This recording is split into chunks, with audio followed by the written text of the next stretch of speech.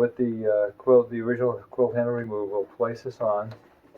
Of course, this is predicated on having this as a clean surface here. You have to stone it for any bumps or marks. Now,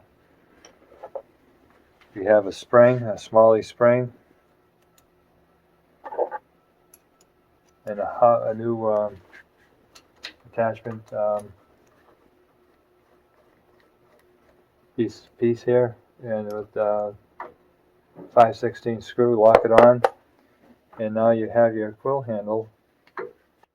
Give a little quick twist of the handle, counterclockwise, like you're unscrewing. You can rotate around. If you're drilling and you have to, and it starts to go up like this, you can reposition it. You can continue drilling. When you come back up, it's out of position. You just quick twist, let go, it snaps back in. The string, snap it back in.